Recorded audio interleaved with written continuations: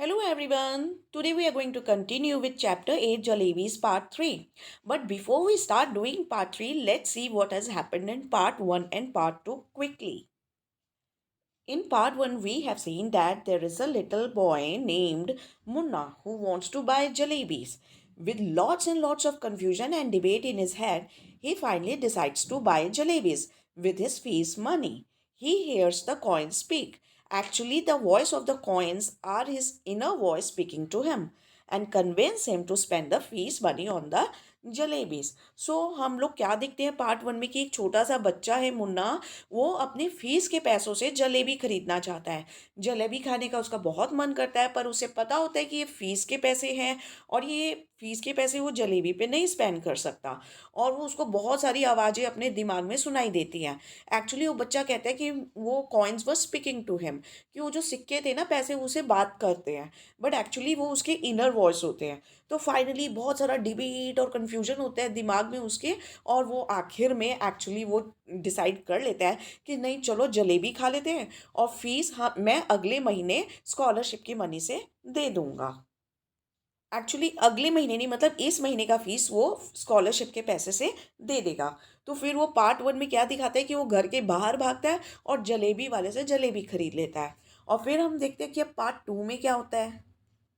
So, in part 2, what happens is that the little boy finally gives in to the craving, buys jalebis and eats heart full of them.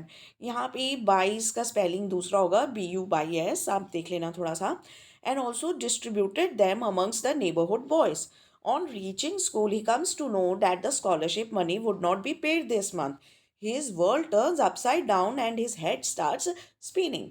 He leaves the school during recess time, as the fees was supposed to be collected during the recess time, and reaches the Khambelpur railway station.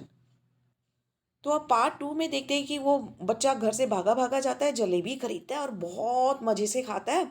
और खुद तो खाता ही खाता है और आसपास के बच्चों को भी वो बांट देता है।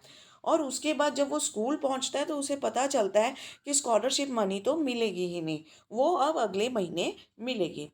अब उसकी दुनिया पूरी उथल फुथल हो जाती है और उसका दिमाग सिर घूमने लगता है कि अब मैं करूं तो क्या करूं। और उसके बाद जब वो अनाउंसमेंट होता है कि रिसेस टाइम में फ़ीस कलेक्ट किया जाएगा, तो वो क्या करता है कि जैसे ही रिसेस की बेल बजती है तो वो अपना बैग उठाता है और स्कूल के बाहर निकल जाता है और चलता ही जाता है, चलता ही जाता है। और उसके बाद वो चलता चलता खमेलपुर रेलवे स्टेशन पर पहुंच जाता है। तो यहाँ से स्टार्ट होता है हमारा पार्ट 3। चलिए देखते हैं कि पार्ट 3 में और फाइनली इस चैप्टर का जो लास्ट पार्ट है उसमें क्या होता है। रिमोर्सफुल एंड स्कैर्ड, कि पछतावा से भरा हुआ और डरा हुआ। He praise to God for monetary help, वो भगवान को पैसे के लिए हेल्प मांगता है। क्यों? क्योंकि उसने फीस की मनी स्पेंड कर दी है जलेबीज पे, और इस महीने तो अब स्कॉलरशिप मिलने नहीं वाला, तो अब वो पैसे का इंतजाम कहाँ से करें। तो वो भगवान को प्रे करता है कि प्लीज़ मुझे वो फीस की मनी आप जैसे भी हो दिलवा दो या दे दो।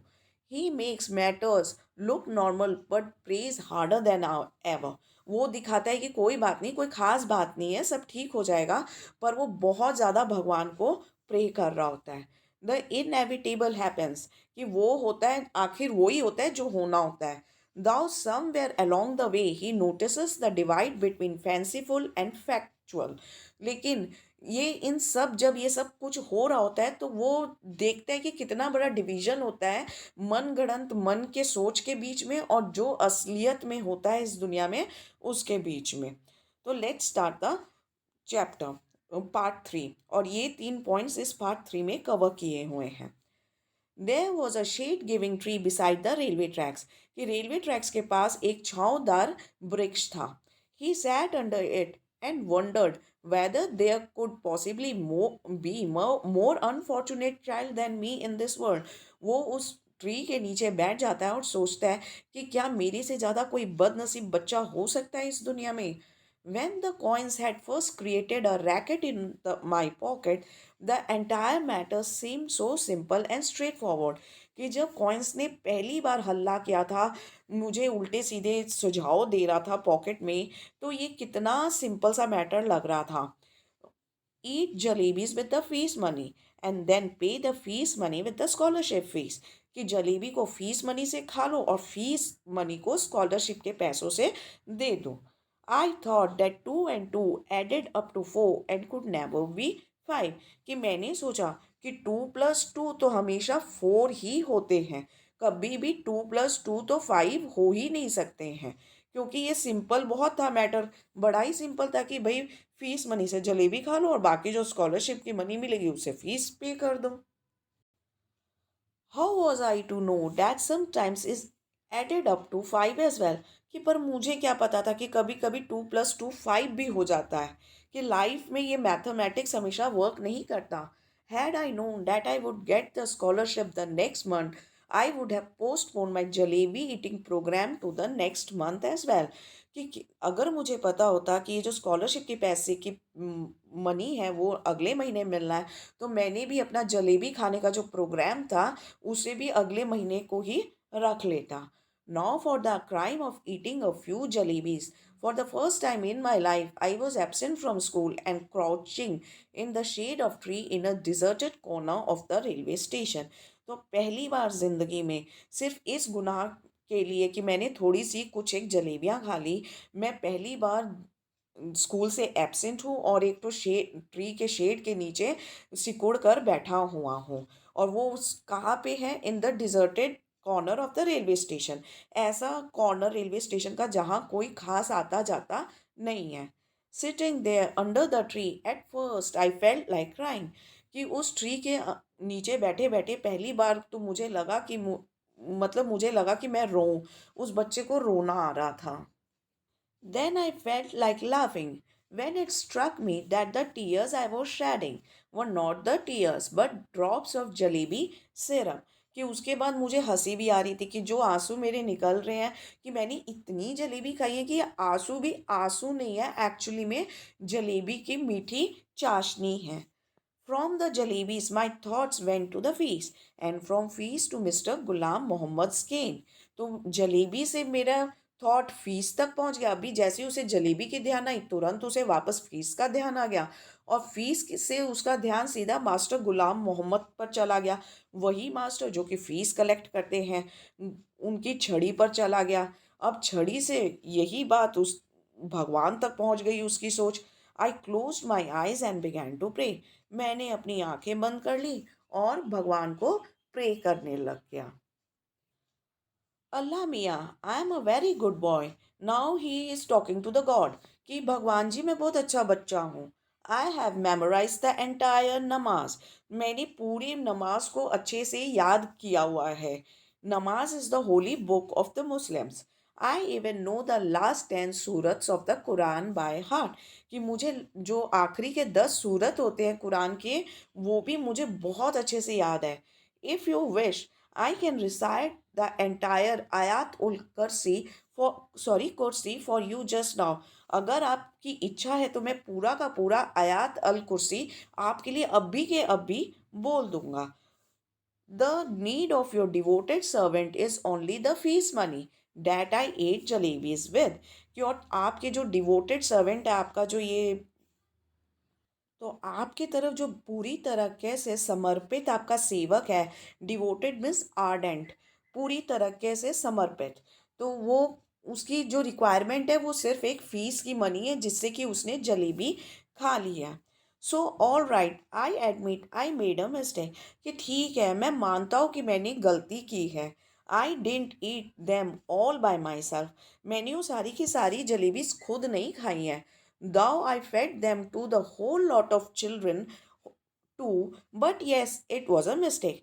कि मैंने खुद से सारी जलेबियां नहीं खाई हैं। हाँ, मैंने बच्चों को भी ढेर सारी जलेबियां बांटी हैं, पर फिर भी मैं मानता हूँ कि ये एक क्या था, मिस्टेक था।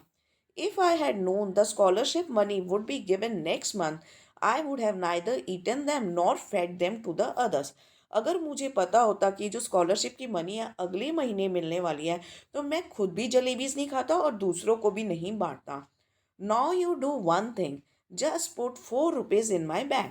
तो अब आप एक काम कीजिए, वो भगवान से कहता है कि आप सिर्फ 4 रुपये मेरे बैग में डाल दीजिए।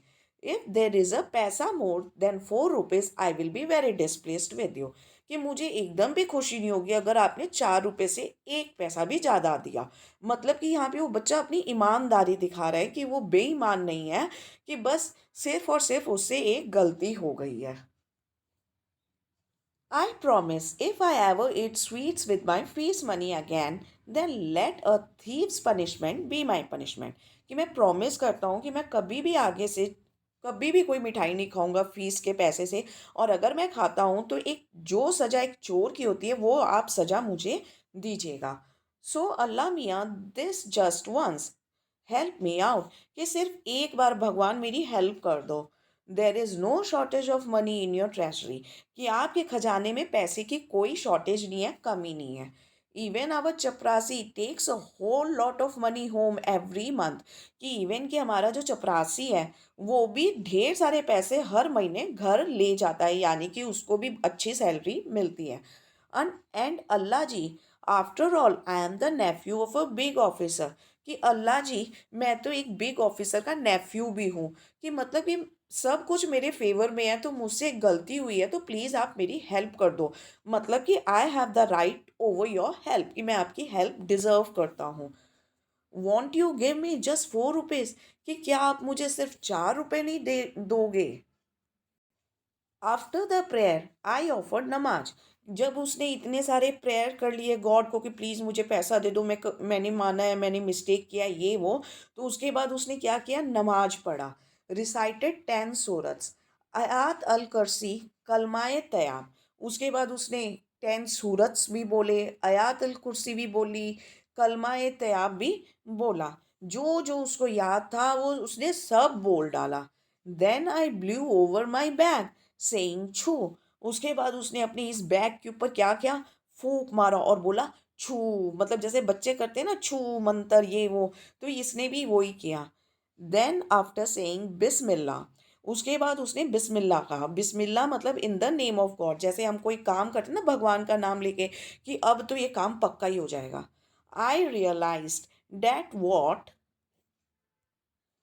दे said was only too true.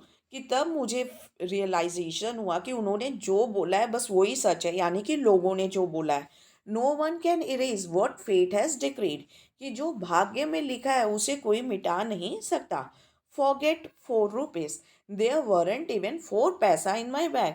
कि 4 रुपए तो भूल जाओ, 4 पैसे भी नहीं थे मेरे बैग में।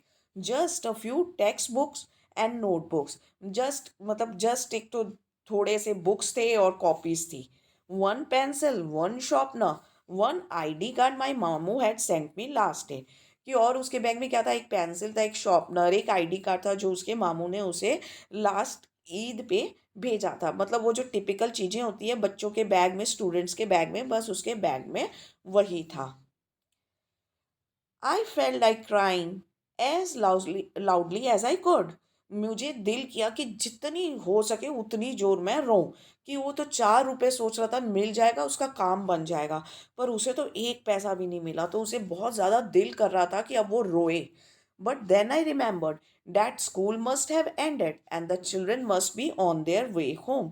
तो उसे अचानक में याद आया कि स्कूल अब ओवर हो गया होगा और बच्चे अपने घर की तरफ चल पड़े होंगे।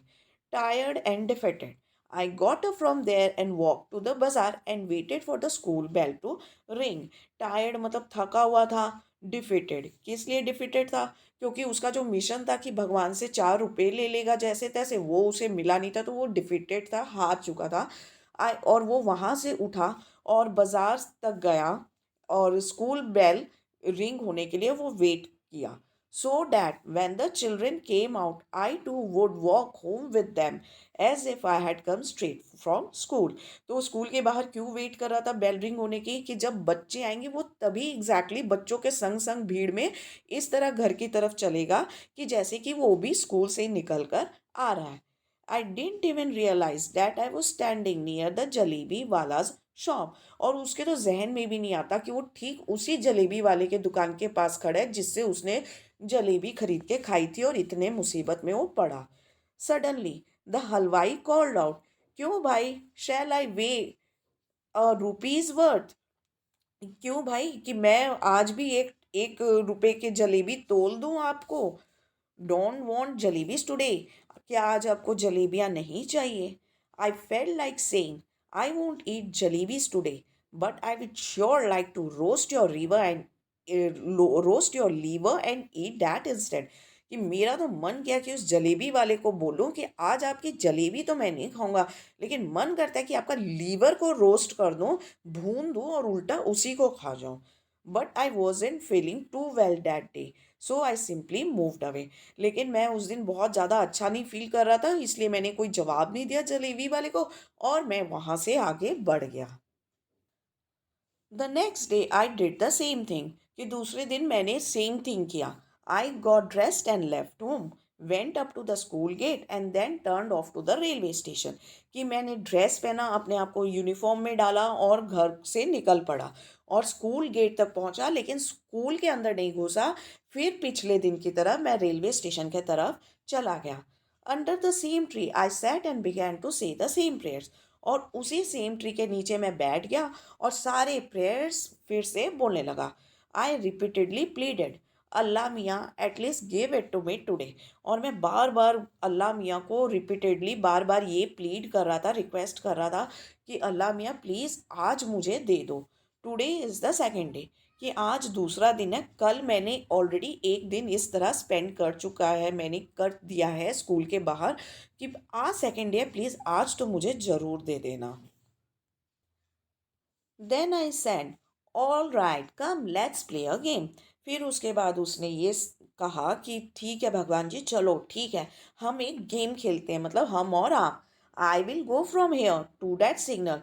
मैं यहाँ से इस ट्री के नीचे से उठकर उस सिग्नल जो कि मे भी थोड़ी दूरी पर होगा वहाँ तक जाऊँगा। You secretly place 4 rupees under this big rock. और आप चुपचाप सीक्रेटली क्या करना कि 4 रुपए इस बड़े से पत्थर के नीचे रख देना। I will touch the signal and come back.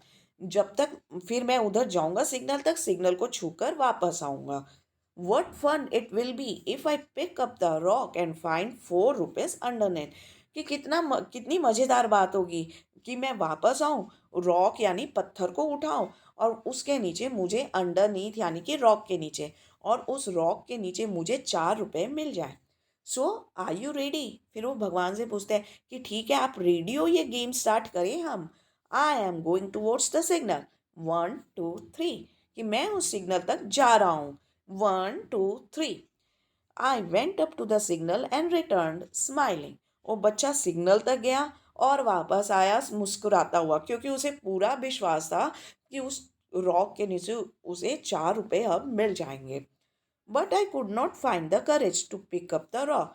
लेकिन मुझे हिम्मत नहीं हो रही थी उस रॉक को उठाने के लिए। What if the coins were not there? क्या पता अगर कॉइन्स वहाँ ना हो तो, मतलब इसका तो फिर से पूरा प्लान फेल हो जाएगा और ये वापस वही चिंता इसे जकड़ लेगी कि अब मैं क्या करूँ। But then I thought what if they are there? फिर वो उसी टाइम तुरंत सोचता है कि क्या पता हो, सच में ही हो पैसे। Finally, after saying Bismillah, when I lifted up the rock, this big hairy worm got up, curling and twisting, wriggled towards me. कि फाइनली जब उसने वो रॉक उठाया बिस्मिल्लाह बोलकर, तो क्या देखता है कि एक तो हैरी वॉर्म, एक तो बालों से ढका हुआ एक कीड़ा उसकी तरफ उठता है, मुड़ता तुड़ता उसके तरफ झपटने की कोशिश करता है। I screamed and ran away and once again touch the signal. इस बार उसने चिल्लाया और वहाँ से भागा और फिर जाके उसी सिग्नल को टच किया। लेकिन इस बार उसको, मतलब खुद से टच हो गया, इस बार वो ये नहीं था कि अब वो गॉड से गेम प्ले कर रहा था। देन, मतलब यहाँ पे आयरनी बताया गया है। And touch again touch the signal. कि पहले तो गेम खेलते खेलते सिग्नल को टच किया, अब तो सिग्नल टच करना कौन सी बड़ी बात है, अब तो वो कीड़े से बचता बचता ही उस सिग्नल को टच कर दिया। तो क्या ये गेम वर्क करने वाला था कि एक्चुअली इस गेम में कुछ ऐसा पावरफुल था कि जिससे उसको 4 रुपए मिल जाए। Then crawling on my hands and knees I reach the trees. कि मैं क्रॉल करता करता इस तरह मतलब घसीट घसीट के खुद को लेकर आया, घुटनों के बल चल कर ट्री के नीचे तक। I tried my best not to let my eye straight towards the rock, और मैंने बड़ी कोशिश की कि मेरी नज़रें उस रॉक के तरफ ना जाए, आंखें ना भटक कर उस रॉक की तरफ जाए क्योंकि उसके नीचे कीड़ा था. But as I picked up my bag and was about to leave, I had to look once again at the rock. And do you know what I saw there? लेकिन वो जैसे ही बैग उठा के जाने वाला था, उसके मन में वापस आया कि एक बार उस ईंटे के नीचे, उस रॉक के नीचे, पत्थर के नीचे वापस देख लेता हूँ. और आपको पता है कि मैंने क्या देखा? I saw mister worm coiled on it comfortably staring at me. कि मैंने देखा कि वो मिस्टर वॉर्म, वही जो कीड़ा था, बड़े आराम से कुंडली मार के उस रॉक पे बैठा था. और जैसे ही उसने रॉक उठाया तो वो बच्चे की तरफ घूर घूर के देख रहा था. I walked away, thinking, tomorrow I will do Vazu, wear clean clothes and come here.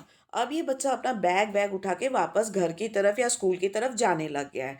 और वो सोचता सोचता जा रहा है कि कल मैं वाजू करूँगा, यानी कि हाथ मुंह धो के अच्छे से आऊँगा, जैसे कि इंसान प्रेयर या प्रार्थना करने से आगे धोता है. एकदम साफ सुथरे कपड़े पहनूंगा एंड कम है, फिर मैं यहाँ पर आऊँगा, यानी कि कल और भी ज़्यादा जोरदार प्रेयर और अच्छे ढंग से प्रेयर करूँगा. कोई कमी नहीं छोड़ूंगा ताकि कल तो अल्लाह मियाँ उसे पक्का ही पैसा दे दें. From morning to noon I will keep reading the namaz. और सुबह से लेके दोपहर तक मैं नमाज पढ़ता रहूँगा. If even after that Allah doesn't give me 4 rupees, I will be forced to learn how to strike bargains or make deals with him. कि इतना सब कुछ करने के बाद, वाजू करने के बाद, क्लीन क्लोथ्स करने के बाद, सुबह से दोपहर तक नमाज पढ़ने के बाद भी अगर अल्लाह मियाँ उसे 4 रुपए नहीं देते हैं, फिर तो उसे सोचना पड़ेगा कि किस तरीके से अल्लाह मियाँ से डील स्ट्राइक करे कि आपको मुझे ज़रूर 4 रुपीज़ देने हैं, चाहे जैसे भी दो. After all, if my Allah doesn't give me my 4 rupees, then who will? कि आफ्टर ऑल कि अगर मेरे अल्लाह ही मुझे 4 रुपए नहीं देते हैं तो और कौन देगा? मतलब इंसान जब हर चीज़ से हार जाता है, थक जाता है, तो सीधा भगवान की शरण में जाता है कि अगर उस वक्त भगवान भी ना मदद करे, फिर और कौन करेगा? मतलब कि ये बच्चा सोच रहा है कि उसका हक है भगवान की मदद पे. That day, when I returned home, apparently from school and actually from the railway station, I was gone. और उस दिन जब मैं घर पहुंचा, ऊपर से तो लग रहा है कि स्कूल से आया है, देखने में तो लग रहा है स्कूल से आया, बट एक्चुअली वो रेलवे स्टेशन से घर पहुंचा, वो पकड़ा गया. अब वो कैसे पकड़ा गया? The report of my absence had reached home. उसका जो ये रिपोर्ट था कि भाई ये तो स्कूल से एब्सेंट रहता है, ये बात उसके घर तक पहुंच गई थी. It is useless to relate what happened after that. कि इसके बाद तो बताना भी बेकार है कि उसके बाद क्या हुआ होगा जब वो पकड़ा गया. मोस्ट नेचुरली उसे डांट पड़ी होगी, शायद मार भी पड़ी हो, और बहुत सारे क्वेश्चंस पूछे गए होंगे. चलो खैर, मैटर तो ख़त्म हुआ. डेली डेली वो स्कूल से एब्सेंट रहता था, बाहर रहता था, which is also kind of a little dangerous for a small child. वो ख़त्म हुआ. अब आगे देखते हैं. Well, whatever happened happened. कि चलो जो हुआ सो हुआ. But up to the seventh और eighth standard I kept wondering, if Allah Mia had sent me 4 rupees that day, what harm could it have possibly caused anyone? कि seventh और eighth standard तक मैं यही सोचता रहा कि उस दिन अगर अल्लाह मियाँ मुझे 4 रुपए दे देते तो किसी का क्या बिगड़ जाता. मतलब कि कम से कम ये फीस दे देता, घर में पता नहीं चलता और इसे मार डांट भी नहीं पड़ती. It was only later that I came to the conclusion that if Allah Mia were to provide all for the asking, then men would even today be living in nests like vultures and crows and would not have learned the art of making jalebis. But उसके बाद वो ये conclusion पे पहुंचा, उसे ये realise हुआ कि अगर अल्लाह मियाँ उस दिन उसकी हेल्प कर देते जैसे उसकी करते, तो मतलब हर इंसान की इसी तरह करते रहते, तो इंसान कभी भी प्रोग्रेस नहीं करता. वो आज भी वल्चर्स या क्रोज यानी बर्ड्स की तरह नेस्ट में ही रहता होता, और कभी भी इतने अच्छे अच्छे घर और बिल्डिंग्स नहीं बना पाता, और कभी भी ये जलेबी बनाने के आर्ट को भी नहीं सीख पाता. इस सेंटेंस से मतलब है कि ह्यूमन बींग्स या मैन काइंड ने जो प्रोग्रेस किया है वो कभी भी नहीं कर पाता, क्योंकि उस पे जरा सी अड़चन आती, मुसीबत आता या हर्डल आता उसके लाइफ में, he would straight away ask God to help, and he will do all sorts of things in order to make God help that person, and people or mankind would have never progressed in life. तो आखिर ये बच्चे ने realise कर ही लिया अपना mistake. तो this is the end of the chapter part 3. Let's do the question answer. So question number 1 to 5 hai. Now we are going to do all these question and answers. Question number 1. What was the consequence of buying jalebis with the fees money? Answer. The consequence of buying jalebis with the fees money was that he had to remain absent from school for the first time in his life. Question number 2. His prayer to God is like a lawyer's defense of a bad case. Does he argue his case well? What are the points he makes? यहाँ पे you have to सी कि bad case लिखा हुआ है, क्योंकि इसका case तो बहुत ही वीक था. पता नहीं उसे हेल्प भी मिलनी थी कि नहीं, और उसका प्रॉब्लम भी सॉल्व हो पाता कि नहीं. Answer. The boy tried very hard to please God with his request and recited verses from the entire namaz. He said that he even knew the last surahs of the Quran and Ayatul Kursi by heart. He admitted his grave mistake of eating jalebis with the school fees. He also reminded God that there is no shortage of money in his treasury. Furthermore, he stated that he was the nephew of a big officer and therefore pleaded God to give him just 4 rupees. He prayed earnestly to Allah Miah and argued his case like a lawyer in front of him. तो ये सारे points रखता है बच्चा God के सामने कि क्यों गॉड को उसे 4 रुपीज़ दे देने चाहिए.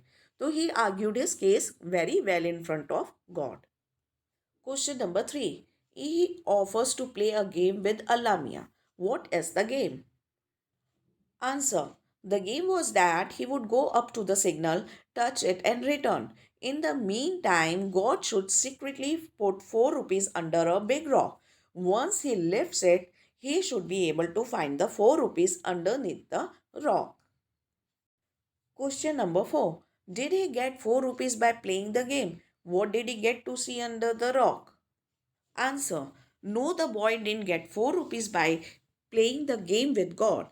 However, when he lifted the rock, he found a big hairy worm curling and twisting that wriggled towards him. Question number 5.